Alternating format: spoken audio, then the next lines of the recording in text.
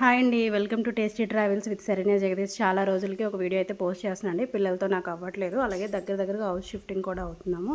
So దానివల్ల కూడా video ఫాస్ట్గా పోస్ట్ చేసి అయితే మీకు సెండ్ చేయలేకపోతున్నాను. ఇక్కడ ఈ రెసిపీ వచ్చేసరికి వామిగురండి. మా అత్తయ్య హైదరాబాద్ వచ్చేటప్పుడు మా అత్తయ్య అయితే ఈ రెసిపీ చాలా బాగా చేస్తారండి. బట్ నేను చేసినా కూడా అలా రాదు. అందుకని చెప్పి ఆవిడ వచ్చేటప్పుడు నేను చేయమన్నా అనమాట.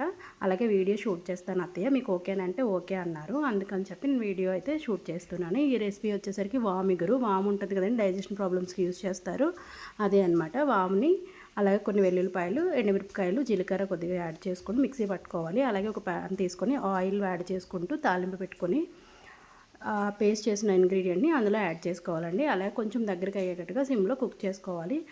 సరిపడా సాల్ట్ వేసుకొని కొద్దిగా కుక్ అయిన తర్వాత సర్వ్ చేసుకోవడమే. ఇది రైస్లోకి,